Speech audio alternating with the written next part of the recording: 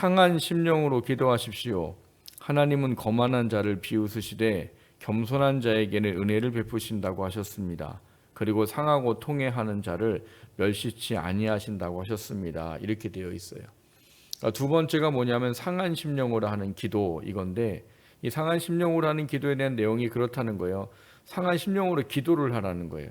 왜 그러냐면 하나님은 거만한 자를 비웃으시고 겸손한 자에게 은혜를 베푸신다고 이 잠언 3장 34절에 이야기를 하셨고, 그리고 상하고 통회하는 자를 멸시치 아니하신다라고 시편 51편 17절에 이야기하고 있기 때문입니다 라고 말하는 거예요. 앞서 말씀을 잠시 드렸듯이 이 다윗이 우리아의 아내 밧세바를 이 간음을 하고 그것에 대한 부분들을 그냥 조용히 덮어버리려고 나름 완전 범죄를 계획했던 이야기들을 저희들은 알고 있습니다. 근데 그 완전 범죄를 계획하고 완전 범죄를 이루었다고 생각을 했는데, 하나님은 다윗을 사랑하시는 분이시기 때문에 죄 가운데 있는 다윗을 그냥 놔두시지 않으셨어요. 그가 회개할 때까지 기다리긴 하셨지만 결국은 회개하지 않았기 때문에 이 다윗의 죄를 드러내고 회개하도록 하시는 일을 하십니다. 그래서 이 나단이라는 선지자를 보내셔가지고 그 많은 사람들 앞에서 어떤 한 가지의 이 예화를 들어가면서 이 다윗의 죄를 하나님 앞에서 온천하에 드러나도록 하는 일을 하게 돼요. 근데 그 죄로 말미암아서 결국은 이 다윗은 하나님 앞에 자신이 지은 죄에 대한 부분들을 하나님 앞에 완전히 엎드려 놓고 회개하고 완전히 거기서 돌이키는 그 일을 했던 사실들을 우리가 알게 되는 것입니다. 오늘 우리가 이 시편 51편의 그 맨 앞에 가보면 이 표제가 붙어 있어요.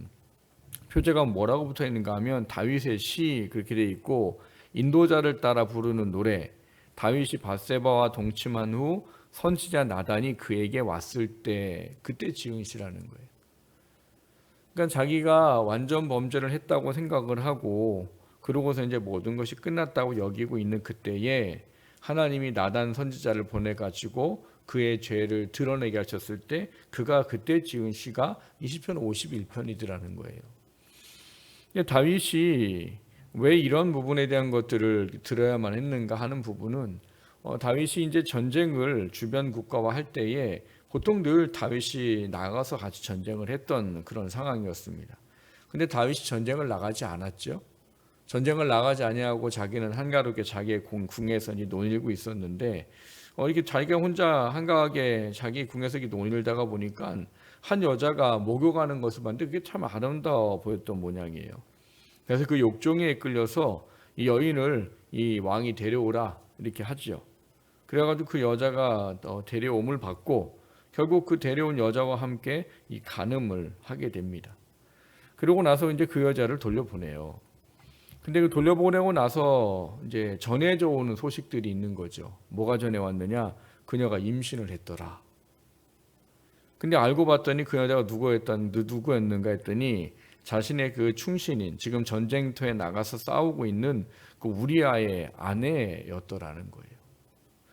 그래서 다윗이 지금 자신이 잘못한 것에 대한 부분들을 보통 다윗 같으면 이걸 회개했을 법도 한데, 아마 이 그 마음 속에 어떤 하나님에 대한 뜻을 바라보지 못하는 그런 어떤 하나님의 뜻을 구하고 찾지 못하는 그런 어떤 상황에 처해 있었던 것으로 여겨지는 것이죠.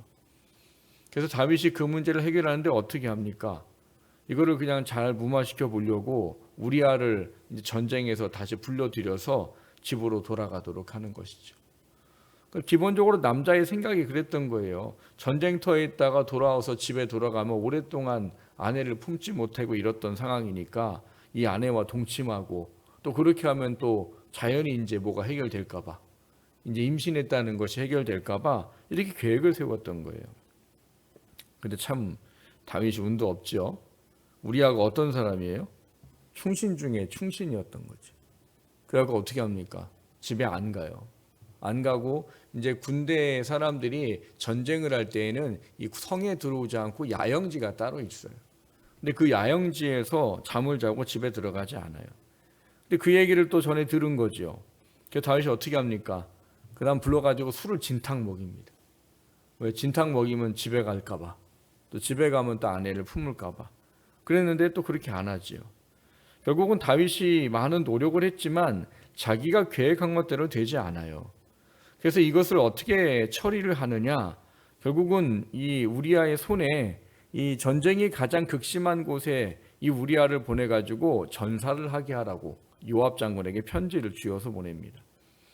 결국 이 편지를 전해받은 요압은 이 우리아를 가장 극심한 전쟁터에 보냈고 결국 다윗이 생각한 것처럼 이 우리아는 전사를 하게 되는 것이죠.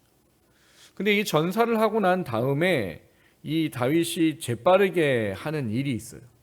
재빠르게 뭘 하느냐? 이 아내가 이 남편이 죽으면 이 우는 통곡해야 될 기간들이 있는데 그 통곡하는 기간이 지나고 나자마자 이 밧세바를 얼른 데리고 오는 거지.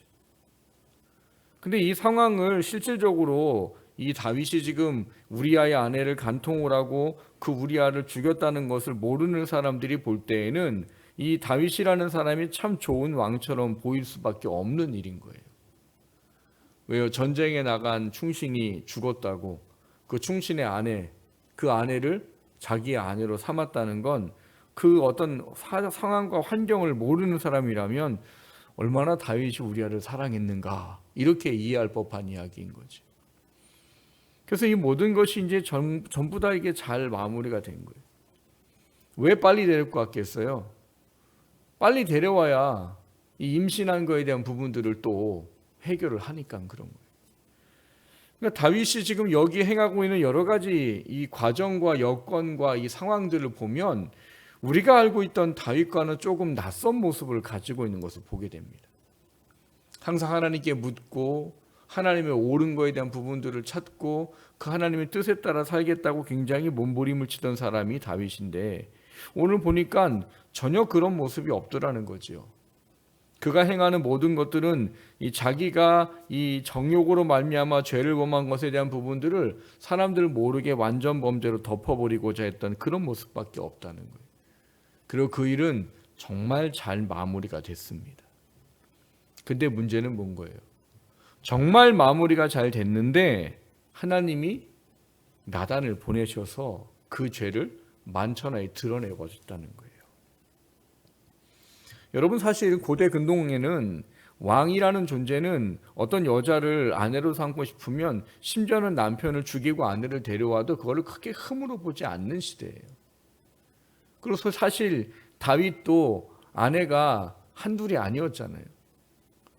아내가 한둘이 아니었단 말이에요. 밧세바 전에도 이미 2명이나 있었단 말이에요. 근데 고대 근동에 대한 법으로 따지면 굳이 다윗이 한 일에 대한 부분들을 나단이 와가지고 이렇게 질책을 하고 당신이 급니다 막 이렇게 말하면서 정죄를 하고 할 필요가 있느냐 하는 거죠. 근데 중요한 건 여기서 우리가 돌아볼 수 있는 게 바로 이 하나님의 사람이었던 이 다윗이 하나님의 이 정죄함을 받았을 때 그가 품었던 것이 오늘 우리가 살펴봐야 될 중요한 이야기인 거예요. 여러분 다윗이 조금 더 악했다면 만약에 사무엘하 12장에서 나단 선지자를 보내가지고 다윗의 죄를 모든 사람 앞에 드러나게 했을 때 아마 그 나단을 죽였을 수도 있을 거예요. 나단을 죽였으면 아마 주변에 어떤 신하들이 아무 말도 못했을 겁니다. 왜냐하면 그때 당시에 문화적인 통용으로 보면 왕이 한 여자 더 아내로 삼는 게 별 흠이 아니에요. 그 아들 솔로몬은 아내가 몇 명이래요? 처가 700이고 첩이 300이래요. 처가 300이고 첩이 700도 무서운 일인데 처가 700이래요.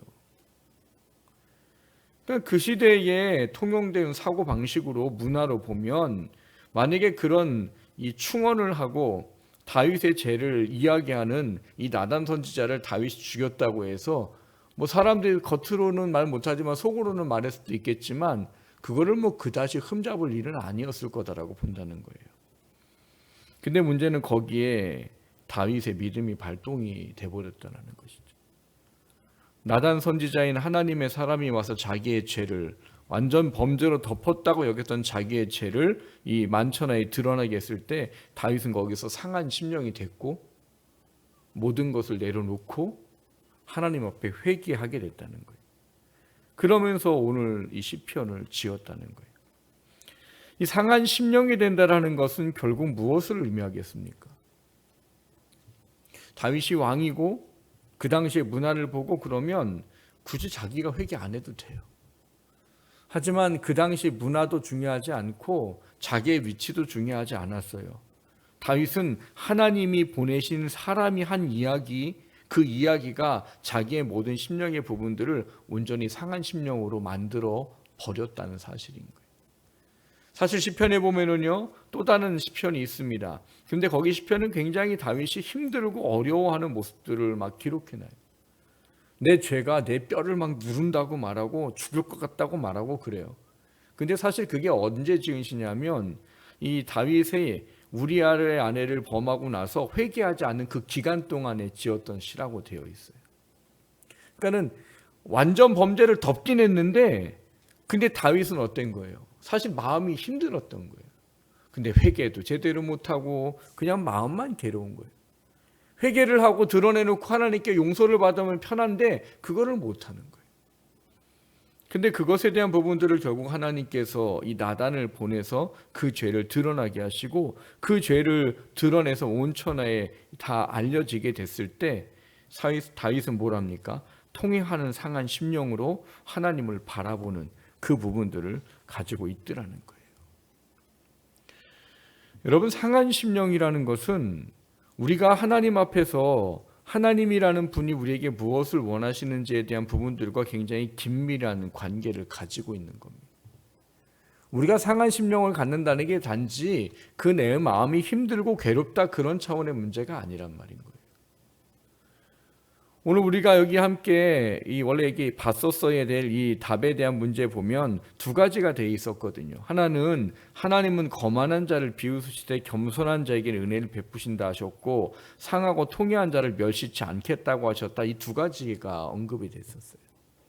근데 이 두 가지의 언급 속에서 우리가 기억해야 될 게 뭐냐면 이 상한 심령을 갖는다는 게 단순히 그냥 내가 괴롭고 심정이 아프고 힘들고 어려운 그 상태를 말하는 게 아니라 하나님께서 주신 말씀이 내 안에 부딪혀 왔을 때 그 하나님의 말씀 앞에 내 잘못에 대한 부분들을 인정을 하고 하나님 앞에 온전히 엎드러지는 것에 대한 부분들을 상한 심령이라고 이해하고 있다는 것이에요. 여러분, 이사야 선지자가 회개하라고 해도 우리가 지난주에 살펴봤던 말씀 속에서 봤듯이 왜 그들이 회개하지 않아서 결국 하나님이 그 눈으로 보지 않으시고 귀로 듣지 않으신다고 그런 얘기를 하십니까? 그들의 마음은 심령이에요. 하나님의 말씀과 이야기가 와서 부딪히고 그거 안에 자기를 내려놓을 수 있는 크게 아무것도 되지 않았기 때문에. 요즘 저희가 새벽에 이사야서를 살펴보고 있는데 이사야서 7장, 8장에 계속 반복되어 나오는 이야기가 무엇인가 하면 이 아하스라는 왕과 그리고 남쪽 유다의 방백들이 회개하라고 기회를 줘도 회개하고 돌이키지 않아요. 하나님이 분명히 구원해 주셔서 약속을 해준데도 불구하고 하나님을 의지하지 않아요. 그리고 뭐랍니까? 그 당시에 신흥 왕대국인 아수르를 의지하고 그를 신뢰하고 그에게 도움을 요청해 버립니다. 그래서 9장에 보면 하나님께서 이사야를 통해서 말씀을 봉합해라. 그 봉합한다는 말은 그대로 이제 하나님께서 내리고자 하는 징계를 내리시겠다라고 결정해 버렸다는 거예요. 근데 이 모든 것들이 왜 일어나냐는 거예요. 아하스라는 사람 마음속에는 하나님이라는 존재 자체가 그 마음속에 별 큰 존재가 아니었었어요. 우상을 섬기는 것과 그리고 하나님이란 존재에 대한 부분들이 그 마음에 없었기 때문에 그는 하나님의 사람이 이사야가 와서 뭐라고 말을 해도 네가 누군데? 이러고 끝나는 것뿐이에요. 무슨 하나님이 지금 나를 도울 수 있는 최고는 아수르야. 이게 그 아하스의 마음속에 있는 거예요. 여러분, 사람들이 왜 하나님 앞에 회개를 하지 못할까요? 회개를 못하는 가장 중요한 이유는 하나님이라는 존재에 대한 온전한 인정함이 돼 있지 않기 때문입니다. 하나님이 징계를 해도 그게 내 마음 가운데 크게 와닿지 않아요. 하나님께서 징계를 하시겠다고 말해도 그 하나님에 대한 온전한 인지가 없는 사람은 결코 하나님 앞에 상한 심령을 가지고 회개하는 일은 주어지지 않는다는 말인 거예요. 성경에도 보면은 그런 사람들을 많이 보게 됩니다. 가장 대표적인 예가 누가복음에 있는 이야기예요. 누가복음을 보면 어떤 두 존재에 대한 이야기를 예수님이 성전에서 보시면서 말씀을 하십니다. 그 존재가 누구냐면 하나는 바리새인이고 하나는 세리예요. 두 사람이 성전에 왜 왔냐면 기도하러 왔다고 돼 있어요. 근데 이 세리는 어떻게 기도하는 거예요? 바리새인은 어떻게 기도하는 거예요? 하나님, 저는 저기 바리새인과 같지 않습니다. 나는 하나님 앞에 이렇게 의롭고 신실한 삶을 살았습니다. 근데 반면에 세리는 어떻게 기도한다고 되어 있습니까? 하늘을 우러러 보지도 못하고 가슴을 치며 회개를 했다는 거예요. 근데 그 두 사람에 대한 기도의 모습을 보고 예수님의 평가가 뭐냐 하면 이 사람이 저 사람보다 더 의롭다함을 받고 갔느니라라고 되어 있어요. 이 사람은 누군데요? 하늘을 우러러보지 못하고 가슴을 치며 회개했던 세리. 저 사람은 누군데요? 하나님, 나는 의로운 사람이에요. 저 세리와 같지 않고요. 금식도 하고요. 저 하나님 말씀에 순종하고 살았던 그런 사람이에요. 라고 말했던 바리새인이에요. 하나님께서 원하는 것이 무엇일까요? 여러분, 우리가 하나님 앞에 회개할 수 있는 이 상한 심령을 품는다는 것은 결국은 내 모든 삶의 영역 속에서 하나님이 내게 어떤 분인지를 깨달아 아는 것과 내가 그 하나님 앞에 어떤 존재인지를 온전히 인정하는 것 안에서 이 상한 심령이 주어진다는 거예요. 다윗은 처음에는 이 상한 심령을 품지 못했어요. 그래서 자신이 지은 죄를 어떻게든 조용히 마무하고 이거를 조용히 없애고 덮어버리려고 완전 범죄를 한 것처럼까지 갔습니다. 하지만 하나님의 사랑하심 때문에 그의 죄가 드러났을 때 다윗은 비로소 그때 하나님 앞에 자기를 허물어뜨리고 상한 심령이 되어버렸어요. 그리고 상한 심령을 멸시치 않는 하나님에 대한 부분들을 발견했고 그것을 찬양하고 시를 지었던 겁니다. 시편 51편에서 다윗은 자기가 하나님 앞에 어떤 존재에 대한 부분을 이야기하면서 하나님 나를 정결케 하십시오. 하나님 나를 용서해 주십시오. 라는 이야기들을 이 51편 상반부에 보면은 계속 언급을 하고 이야기를 해요. 왜 그럴까요? 하나님께 용서받을 수 있는 건 하나님께서 긍휼히 여기시는 것밖에 답이 없다는 걸 너무나 잘 알기 때문인 것이죠. 사람의 마음속에 하나님에 대한 온전한 그 뜻과 하나님에 대한 온전함을 바라보지 못하도록 하는 게 교만이기 때문에 오늘 우리가 이 상한 심령에 대한 부분들에서 살펴본 것 중에 하나가 앞에 있는 교만함이에요. 교만함을 가지고 있으면 절대로 상한 심령이 되지 못합니다. 하나님이 말씀을 가지고 우리의 잘못을 지적을 하셔도 이 교만한 마음을 가지고 있으면 절대로 하나님 앞에 자기의 심령을 상한 심령으로 내놓지 않아요. 잠언 3장에 보면은 이 교만, 거만 이런 이야기들을 말하면서 하나님께서 사람에게서 싫어하는 7가지 중에 하나의 항목으로 제일 첫 번째 이것을 언급해 놓은 것을 보게 됩니다. 교만은 하나님이라는 분이 자신에게 어떤 분이신지에 대한 부분들을 잃어버리게 하는 것입니다. 그래서 우리가 실로 하나님 앞에 범죄하고 타락을 했다 하더라도 그 하나님께서 우리에게 거룩함을 가지고 우리의 죄에 대한 부분들을 깨닫도록 하셔도 결국 그거에 대한 것에 마음을 맞추지 않게 되는 것이에요. 여러분, 참된 회개는 이 두 가지의 부분들이 우리 안에 품어질 때 상한 심령이 되어지고 그리고 하나님 앞에 회개할 수 있는 영이 되는 것입니다. 첫 시간에 얘기했듯이 회개하지 않으면 이 죄의 문제를 해결하지 않으려고 하면 하나님은 우리의 기도에 응답하실 수가 없어요.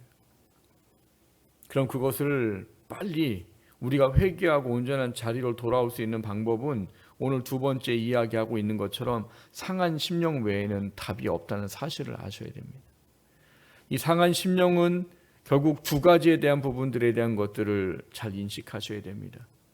거만함을 가지고 있는 자는 결코 하나님 앞에서 상한 심령이 될 수 없다는 것. 그리고 상한 심령은, 상하고 통해하는 그 심령은 하나님께서 멸시하지 아니하시고 그의 죄를 사하신다라는 것. 이 두 가지가 우리 가운데 있기를 주님의 이름으로 축원합니다. 작은 것이라도 감추면 안 됩니다. 그리고 하나님의 말씀 앞에 나를 비춰서 드러낼 때 그것을 온전히 인정하는 것만이 나로 하여금 상한 심령이 되고 하나님께 회개할 수 있도록 하는 유일한 통로가 될 것입니다.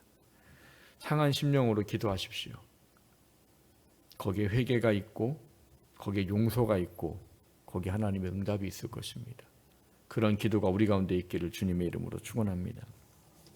말씀을 생각하며 기도합니다. 하나님, 우리 안에 하나님께서 말씀하시는 기도의 응답을 위해서 또 한 가지를 돌아보게 하셨습니다. 상한 심령에 대한 부분들을 우리가 다시 한번 깨닫게 하여 주십시오. 우리가 하나님 앞에 이 마음의 상함에 대한 부분들은 결국 하나님께서 말씀하시는 그 하나님의 말씀 속에 다시 서는 것인 줄을 다시 한번 돌아보고 깨닫게 하여 주옵시고, 하나님, 이 상한 심령을 품기 위해 하나님 앞에 향한 교만함과 거만함들이 내려놓아지게 하시옵시고, 그리고 그 안에서 우리가 하나님을 온전히 바라보게 될 때 하나님께서 우리의 상한 심령에 응답하시고 그 회개에 역사하시고 그리고 우리를 온전하게 하셔서 하나님께서 기도를 들으시고 응답하시는 그 역사가 있을 거다라고 하셨습니다. 하나님, 혹여나 내 마음이 어떤 부분에 혹시 하나님 앞에 교만하고 있지 않은지 돌아보게 해주십시오. 내가 하나님 앞에 나의 삶과 나의 마음을 비춰서 내가 하나님 앞에 회개해야 되는데 아직 회개하지 못하는 것, 그 죄를 죄로 여기지 아니하고 하나님 앞에 상한 심령이 되지 못한 것, 아버지, 그런 것들을 오늘 생각나게 해주시고 그것을 내려놓게 하시고 상한 심령이 되게 하셔서 주님 앞에 온전한 회개의 역사가 있게 해달라고 같이 합심해서 기도하겠습니다.